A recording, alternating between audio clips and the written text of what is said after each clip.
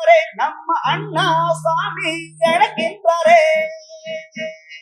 மாயன் மயம் ஆன்மீக சகோதர சகோதரிக்கெல்லாம் என்னுடைய அன்பான ஆசீர்வாதத்தை தெரிவித்துக் கொள்கிறேன். மாயன் மயம் உங்கள் நலன் பொருட்டே ஆன்மீகம் மட்டுமல்ல, அமானுஷ்யம் மட்டுமல்ல, சோடி பிரசன்னமும் உங்கள் நலன் பொருட்டே இறையருளாலும் குருவருளாலும் பேசி வருகிறேன். அந்த வகையில மாயன் மயனை நீங்க தொடர்ந்து சப்ஸ்கிரைப் பண்ணி ஆதரவு தருவீங்க, நம்பிக்கை உண்டு. மனித வாழ்வை பொறுத்த வரைக்கும் சில காலகட்டங்களில் கலங்கி போகின்றோம். எதற்காக என்றெல்லாம் இனம் புரியாத ஒரு பயம் கலந்த ஒரு வாழ்வு தானே, நீருக்குமிழி போன்ற ஒரு வாழ்வு தானே. பணம் படைத்தவனும் கலங்கி நிற்கின்றான், பணம் இல்லாதவனும் கலங்கித்தான் இருக்கின்றான். காசைதான் கடவுளப்பா என்று ஓடி ஓடி பொன்னையும் பொருளையும் சேர்க்கின்றவர் இறுதியும் பார்த்தால் காலற்ற ஊசியும் வாராது கான் கடை வெடிக்க என்ற ஒரு நிலைதானே. அப்படிப்பட்ட ஒரு சூழ்நிலையில நம்முடைய முன்னோர்களும் மகான்களும் ரிஷிகளும் அற்புதமான ஆலயங்களை அமைத்து தந்திருக்கின்றார்கள். ஒவ்வொரு ஆலயமே நம் வாழ்வை திருப்பக்கூடியதான். ஏதோ ஆலயம் போறோம், ஆண்டவனை தரிசிக்கிறோம், தேங்காய் பழம் உடைக்கின்றோம், வந்து விடுகின்றோம், கூடி கலைகின்றோம். நம்முடைய ரிஷிகள் அதற்காக ஆலயம் அமைத்து தரவில்லை, அதற்காக கஷ்டப்பட்டு ஒரு கோவிலை கட்டி தரவில்லை. எத்தனையோ சூட்சும ரகசியங்கள் பிணைந்துள்ள எத்தனையோ ஆலயங்கள்.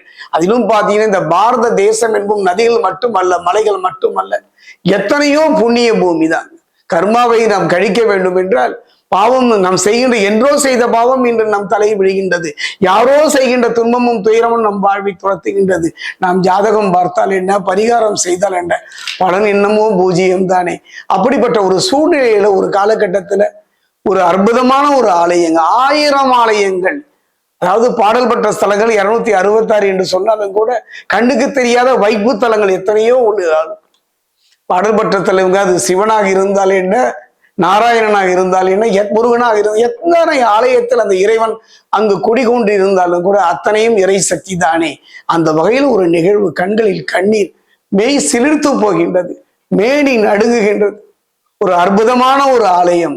வாழ்க்கையில ஒரே ஒரு முறைங்க, நான் காசி சென்றேன், இமயமலை சென்றேன், அங்கு சென்றேன், இங்கு சென்றேன் என்றெல்லாம் சொல்வதை விட ஒரே ஒரு முறை இதை பார்ப்பவர்களும் கேட்பவர்களும் புண்ணியம் செய்தவர்கள், தவம் செய்தவர்கள், நல்ல பெற்றோரை பெற்றவர்கள், அப்படிப்பட்டவங்களை இதை கேட்கணும். காரணம் என்னன்னா ஒரே ஒரு நிகழ்வு தாங்க, ஒரு சின்ன நிகழ்வு.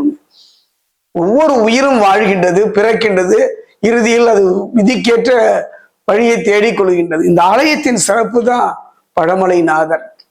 பழமலை, எத்தனையோ மலைகள் இருந்தாலும் பழமையான மலை, முதலில் தோன்றிய மலை இந்த பழமலைநாதர். ஆண்டவனின் பெயரோ பழமலைநாதர், அந்த அன்னையின் பெயரோ விருத்தாம்பிகை. இந்த தாயை நினைத்து நான் வணங்குகின்றேன், நெஞ்சு உருகிறது. பெத்த தாய் கைவிட்டாலும் கூட இந்த தாய் கைவிட்டதுல ஒரு நிகழ்வு. இந்த ஆலயத்தின் சிறப்பே, இந்த ஆலயத்துடைய புராணமே அற்புதம் என்று சொல்வேன். இதை மட்டும் கவனமாக கேட்டுக்கொள்ளுங்கள்.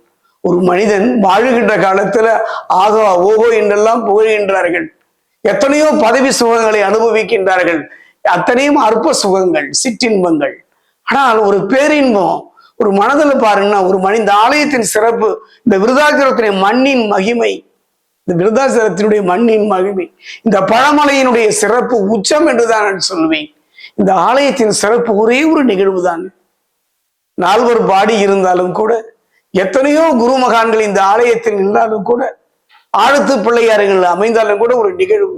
இந்த ஆலயத்தில் இந்த உயிர் உடலை விட்டு பிரிந்தவன் ஒரு நிகழ்வுங்க.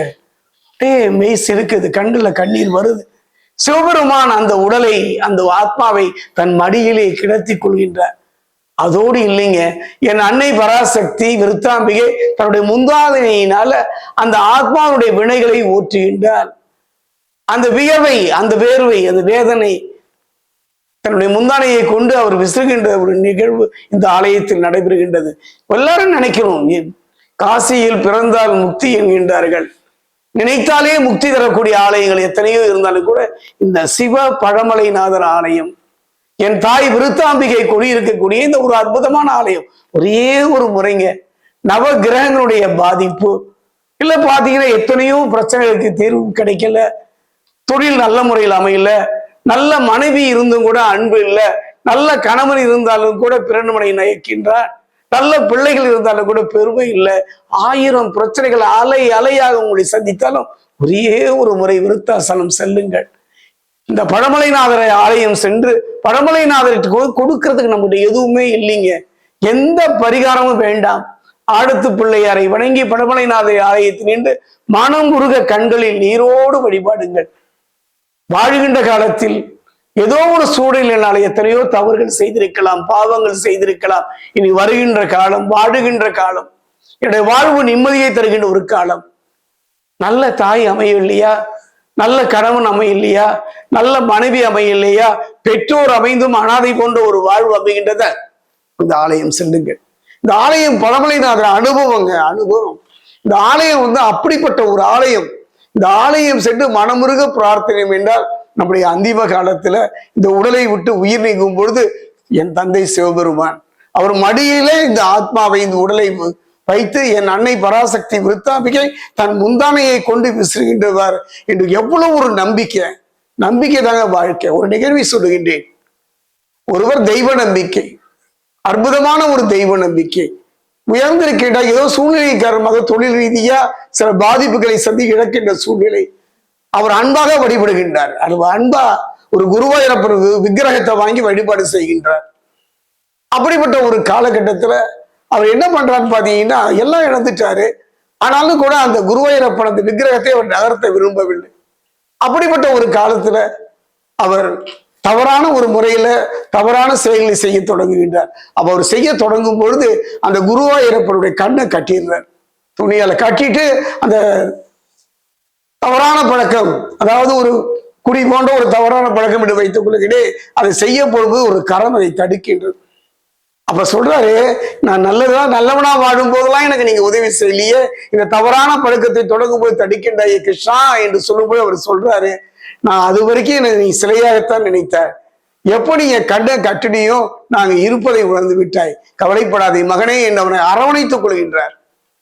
அதாவது காலங்க, அந்த காலம், அந்த நம்பிக்கை, அந்த நிகழ்வு தாங்க என் தாய் விருத்தாம்பிகை, என் தந்தை சிவபெருமான். 1000 தெய்வங்கள் இருக்கலாம், நாராயணனாக இருந்தால் என்ன, நமச்சிவாயமாக இருந்தால் என்ன, நம்பிக்கை. அந்த ஆலயத்தை வெறும் கோவிலாக கருதாமல் நாம் வாழுகின்ற காலம் வரை மட்டுமல்ல, நமக்கு பின்பும் இவன் நம்மை இவ்வாறு செய்வான் என்று நிகழ்க்கும் பொழுது எவ்வளவு ஒரு நம்பிக்கை இந்த சிவன் மீது. அடடா, இந்த உடலும் இந்த ஆத்மாவும் என் தந்தையில் மடியில் கிடக்கின்றது, என் அன்னை முந்தானை கொண்டு விசிறுகின்றாளே என்று எவ்வளவு பெரிய ஒரு நம்பிக்கை. நம்பிக்கை தான் ஆன்மீகம். அந்த வகையில மாயன் மகன் ஆன்மீக சகோதர சகோதரிகளே, ஒரே ஒரு முறை விருத்தாசலம் செல்லுங்கள். என் தாய் விருத்தாம்பிகை மனமுருக பிரார்த்தனை செய்து பாருங்கள். அது 7 சனியா இருந்தானே, ஜென்ம சனியா இருந்தானே, அர்த்தாசிரம சனியாக இருந்தாலும், எந்த கிரகங்களுடைய பாதிப்பாக இருந்தாலும் சரி, கர்ம வினையாக இருந்தாலும் கூட நாம் வாழ்வை விட்டு மெல்ல மெல்ல நகர்வதை அனுபவிக்கலாம்.